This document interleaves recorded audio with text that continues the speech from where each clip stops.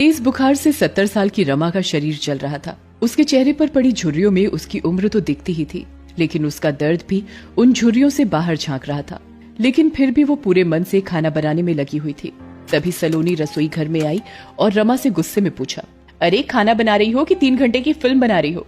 वहाँ सभी लोग डाइनिंग टेबल पर खाने का इंतजार कर रहे हैं, जल्दी जल्दी हाथ चलाओ बुढ़िया।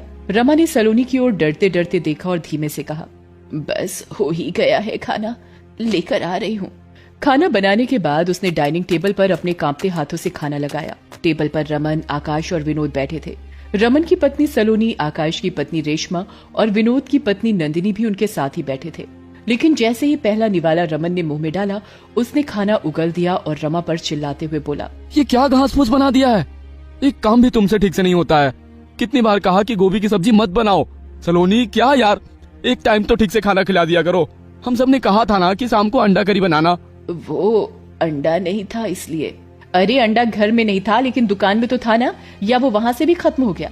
इस बुढ़िया को तो बस बहाना चाहिए, बहुत ही कामचोर है। अब खड़ी खड़ी मुंह क्या देख रही है? जा नीचे दुकान से जाकर अंडे लेकर आ। रमा अंडे खरीदने चली गई। उसने अंडे खरीद तो लिए, लेकिन लौटते समय उसका सिर घूमने लगा, उसके पांव लड़खड़ाने लगे। वो किसी तरह कांपते और लड़खड़ाते पांव से अपने घर के पास पहुंची, लेकिन अब उसका सिर और भी अधिक घूमने लगा और उसकी आंखों के आगे अंधेरा छा गया। वो बेहोश होकर नीचे गिर पड़ी। जब उसकी नींद खुली तो वो बिस्तर पर पड़ी थी। एक डॉक्टर उसकी जांच कर रहा था। उसके सामने ही रमन, विनोद और आकाश अपनी पत्नियों के साथ खड़े थे। ये ठीक से खाना वाना नहीं खाती हैं क्या? इनका बीपी बहुत ही ज्यादा लो हो गया है। डॉक्टर की बात सुनते ही सलोनी ने दर्द भरी आवाज में कहा, अब क्या कहें डॉक्टर, माँ जी के पीछे हम तीनों बहुएं और इनके बेटे हमेशा लगे रहते हैं। उन्हें कोई तकलीफ ना हो इसका पूरा ख्याल रखते हैं, लेकिन माँ जी ही कभी कभी बहुत जिद्दी हो जाती हैं। अब आप ही बताइए, हम 3 बहुएं और बेटों के होते हुए इन्हें क्या जरूरत थी बाहर से अंडे लाने की? वही तो दीदी, हम में से किसी को कहा होता हम ले आते। हम इनसे जबरदस्ती तो नहीं कर सकते ना डॉक्टर साहब। आजकल के समय में आप जैसे बेटी और बहू बहुत सौभाग्य से मिलते हैं। ये कुछ दवाइयाँ लिख दी है मैंने, इसे मंगवा लीजिए और इन्हें दीजिए।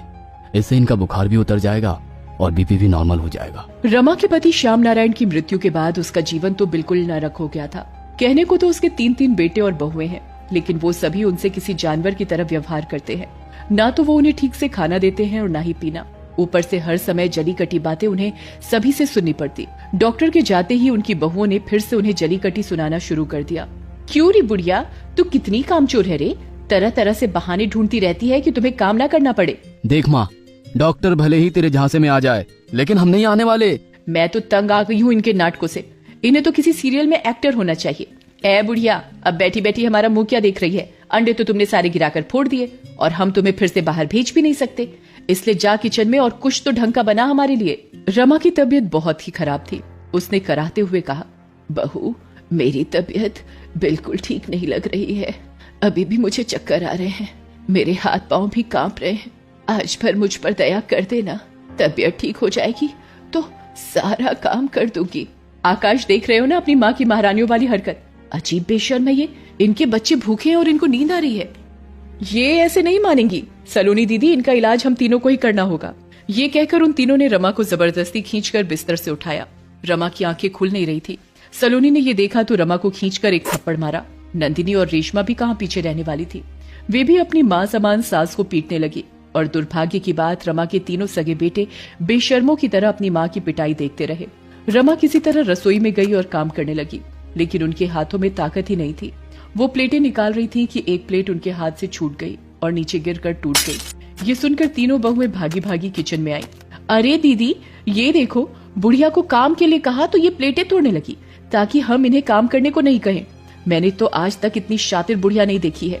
अरे इनकी किस्मत अच्छी है जो इन्हें हम जैसी बहुएं मिली। किसी और घर में होती है तो लात मारकर इन्हें बाहर निकाल देते। वैसे लात मारकर बाहर निकालने का प्लान तो इन लोगों का भी था, लेकिन उनके साथ मजबूरी ये थी कि सारी प्रॉपर्टी रमा के नाम पर थी और जब तक वो ये सारी प्रॉपर्टी उनके नाम नहीं करती वो ऐसा नहीं कर सकते थे। कुछ महीने पहले भी उन्होंने रमा के साथ जबरदस्ती की थी ताकि वो प्रॉपर्टी उनके नाम कर दे, लेकिन रमा जानती थी कि बिना प्रॉपर्टी उनके नाम किए उसकी ऐसी हालत है तो प्रॉपर्टी तीनों बच्चों के नाम कर देने पर उनके साथ पता नहीं वो क्या क्या करते। उस दिन भी उन्होंने मना कर दिया। माँ, तुम भी बहुत ही अजीब हो। अरे ये सब तो हमारा ही है, फिर हमारे नाम क्यों नहीं कर देती? तुम्हारा क्या भरोसा, तुम कब मर जाओ। और तो बीच में मर गई तो हमें तो लेने के देने पड़ जाएंगे। रमा के बेटे ये सब कह रहे थे, लेकिन रमा चुपचाप उनकी चुपती बातों को अपनी आंखों में आंसू लिए सुन रही थी। रमा की खामोशी उनकी बहुओं को चुभ रही थी। तुम्हारी माँ एक नंबर की बदमाश है रमन, देख रहे हो कैसे बहरी की तरह बैठी हुई है। सुनो, एक काम करो, आज इनसे प्रॉपर्टी के कागज पर सिग्नेचर ले ही लो, चाहे इसके लिए हमें इनकी बुरी गति क्यों न करनी पड़े। नंदिनी प्रॉपर्टी के पेपर लेकर आई, लेकिन रमा टस से मस नहीं हुई।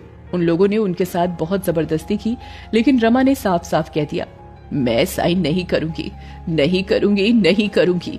तुम लोग चाहो तो मेरी जान ले लो। रमा की बात सुनकर तीनों बहुओं की त्योरियां चढ़ गई, गुस्सा उनकी आंखों में उतर आया। इसी बीच रेशमा कपड़े प्रेस करने वाला आयरन गर्म करके ले आई और उस आयरन को रमा के हाथ पर रख दिया। वो बेचारी दर्द से चीख पड़ी, उसका पूरा हाथ जल गया, लेकिन उनके बेटे और बहुओं को इससे कोई फर्क नहीं पड़ा।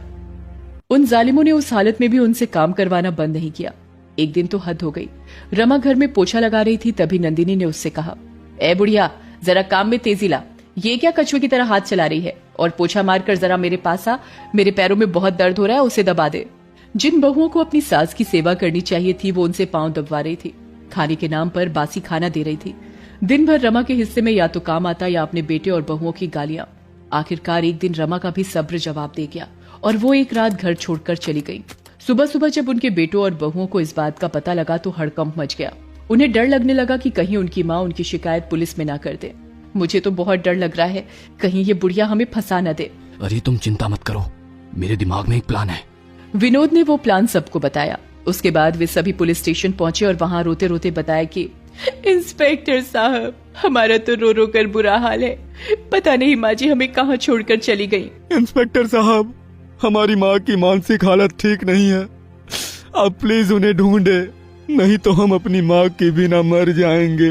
रमा रात को बाहर निकल तो गई, लेकिन उसे पता नहीं था कि वो जाए कहाँ। तभी कुछ लोगों की नजर उन पर पड़ी और उन्होंने रमा को वृद्धाश्रम पहुंचाया।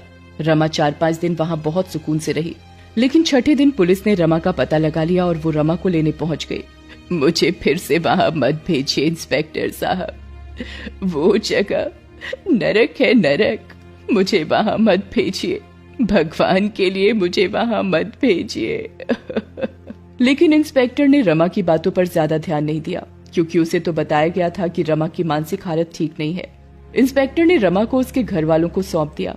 इंस्पेक्टर के सामने उनके बेटों और बहुओं ने रमा के मिलने की बहुत खुशी दिखाई।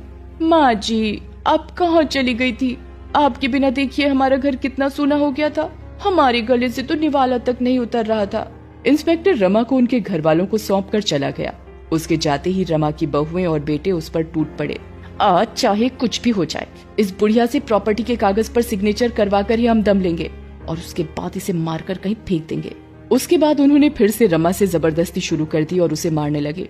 सलोनी ने रमा को इतनी जोर का धक्का दिया कि वो दूर जा गिरी और उसके सिर में चोट लगी और उससे खून बहने लगा। लेकिन सलोनी और रमा के बेटों पर तो खून सवार था, वो सभी माँ की पिटाई करने लगे।